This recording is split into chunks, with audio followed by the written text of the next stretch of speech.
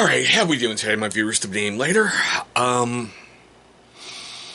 talked about this in my live feed the other night, that I was going to do this, okay? I'm not exactly sure what I'm calling this vlog yet. But there's some things I think need to be said, and I'm going to say them. Why? I've never shied away from opening my mouth and talking about the things that bother me. I know at certain points it's probably hurt my channel. At certain points it's probably hurt me, but I just don't care at this point.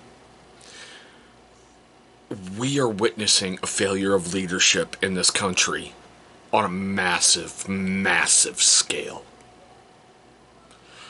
I cannot even begin to tell you how offended I am when I hear our own United States government say, well, we're in communication with the Taliban to ensure the safe, evacuation of Americans. Excuse me? Excuse me? The fact that Twitter is allowing the spokesperson for the Taliban to have an account. But, don't worry, no more mean tweets. No more mean tweets. And he can keep his account as long as they don't turn violent. In the last 48 hours, there's been hundreds of people wanting to fucking join the Taliban, sending them messages. How do I join? One of the responses they got back were, come to Afghanistan, but get your parents' permission. This is not a kinder, gentler Taliban. This is a group that has had 2 fucking decades to get ready for this. They want us gone so they can be the Taliban. I touched on this in my live feed a couple days ago. I want you to go look on social media. There's pictures of people clinging to the sides of U.S. aircraft, hoping to God to get out of Afghanistan and get away from the Taliban. There's videos of these heroic people falling to their deaths. This morning, I've seen the pictures. It's on the news networks. The Taliban murdered an Afghan woman for not wearing a hijab. Popped her in the head, left her to die on the ground around her family.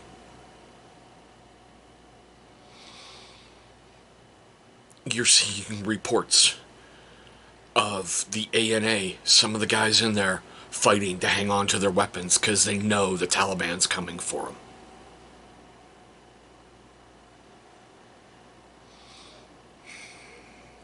To have our president sit and go, I cannot in good conscience defend those who won't fight for themselves.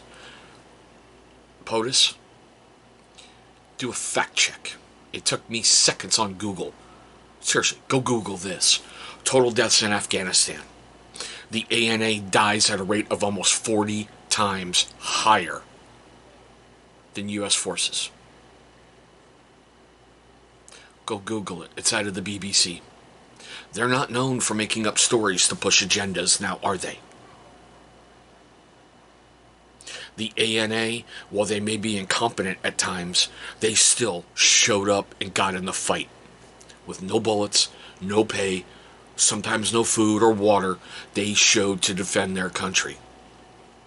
For 20 frickin' years, we stood in the way of this BS. And then just overnight we went poof. Unacceptable. Unacceptable. To here, we cannot guarantee the safety of our people in that region. POTUS, you have Marine Strike Brigades ready to go. You have U.S. Army Rapid Deployment Units that are on 24-hour standby, ready to go. Put them in the region with one rule of engagement. Just one. Bring them home. And get the fuck out of their way and let them do their job. Bring our boys home. Bring our citizens home. The fact you sit there and you go, oh yeah, well, we left all this gear behind for the ANA to help defend themselves. You knew right away it was going to be turned over to the Taliban. They're driving around in Humvees. They're driving around in new kit. They're driving around. They've got more Blackhawks than some nations do right now. They have drones. Here's the biggest issue I have. Another one. 20th anniversary of 9/11 is coming up. 20th anniversary of Patriot Day. The Taliban will be celebrating in our embassy. Unacceptable. One of the leaders of this takeover was part of the Taliban 5. That POTUS happened under your regime when you were vice president. I stated a while ago, I disagreed with giving the Taliban back their command and control people for Bo Bergdahl. Even did a video on it, got demonetized quickly. I'm sure this one's going to get demonetized too, but I don't care. One of those 5, that Secretary of State John Kerry said point blank, they will never return to the battlefield. We are monitoring them. We will know if they attempt. How'd that work out?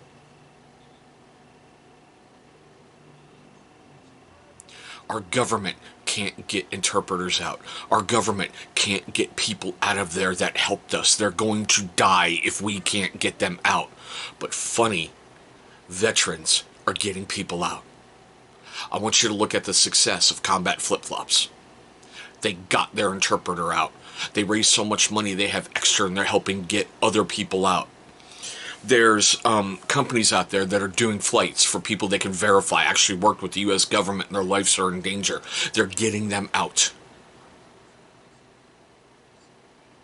I will state I am against certain veteran-owned companies making t-shirts about this.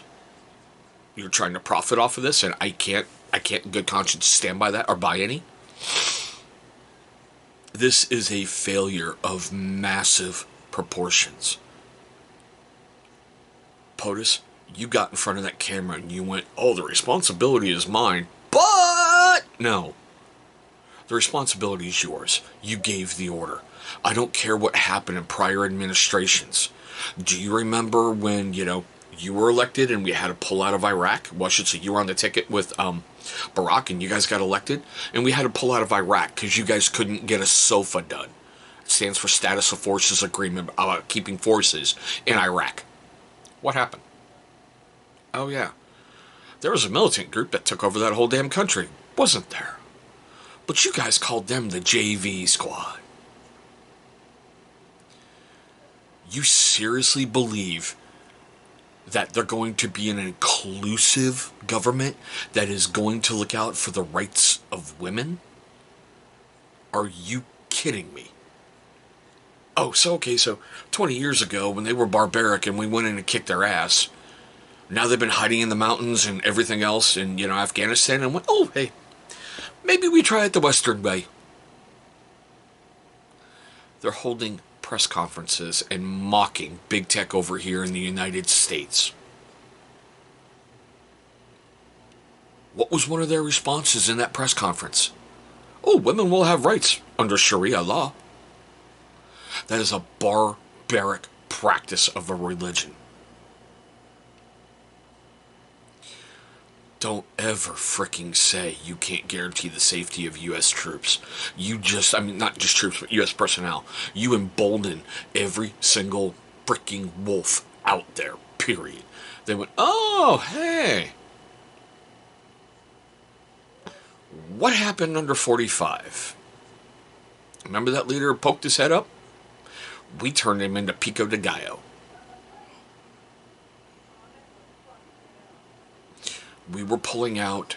This would have happened under any administration. Something else would have moved into that power vacuum. But with this going on and the Taliban back, bigger, better, stronger, meaner. Failure. All you had to sit and do, POTUS, is tell them point blank, you touch one U.S. citizen, you touch one Afghan national that wants to come out, you will be utterly decimated. And they would have stayed hidden. Amazing when they know that the rules of engagement get changed, they hide. When they know that there's certain things that they can't get away with, But when they feel that, U.S. forces, their hands are tied like ours were for most of 20 years, do you not get this? 2 generations of troops have gone over there. 2 generations of troops are carrying those scars. And you just handed it right back to them. I really don't care if this gets me in trouble. I really don't care if this gets my channel shut down. You've got to be kidding me. As a veteran, I look at this and go, what the hell did we do for those 20 years other than bring Starbucks and Tony Romo's over there? Really. We gave them an opportunity for 20 years to see a freedom they never had. Why don't you go take a little conversation with that Special Forces detachment team that basically was able to almost single-handedly defeat the Taliban in the early days of the war. When they got towns liberated, General Dosum, and these towns were able to fly a kite, a freaking kite, for the first time in a while.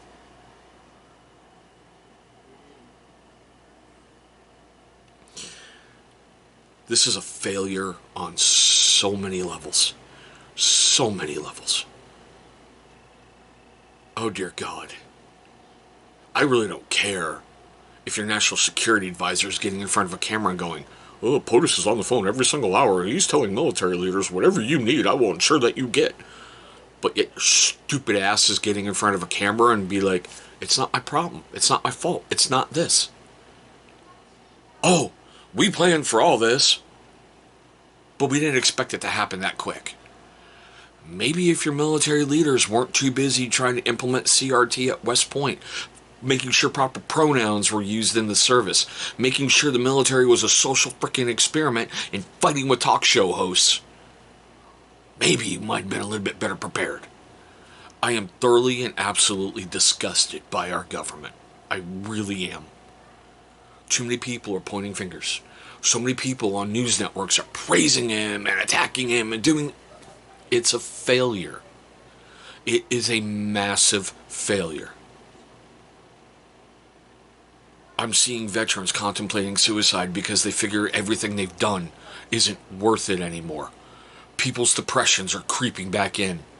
You have decimated veterans across generations by going, poof, we're done. And the way you did it.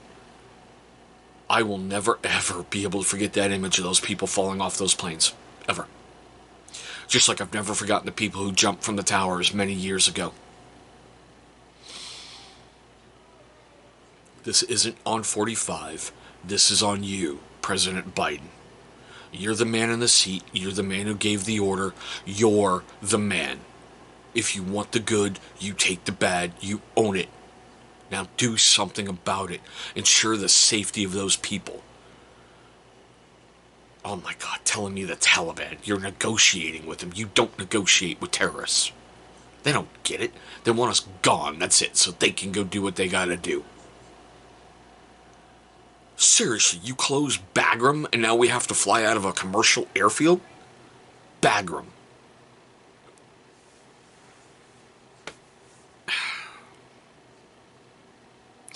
I just can't. I think I've said what I needed to say. I just can't. It's a failure. Failure, failure, failure. I never thought I would see this in my lifetime from a sitting American president. For you to sit there and go, there will be no CH-47 helicopter on top of the American embassy like it was in Saigon. I won't let it happen. What happened, Joe? What happened? But yeah, no more mean tweets. Whatever. I can't anymore. I just can't.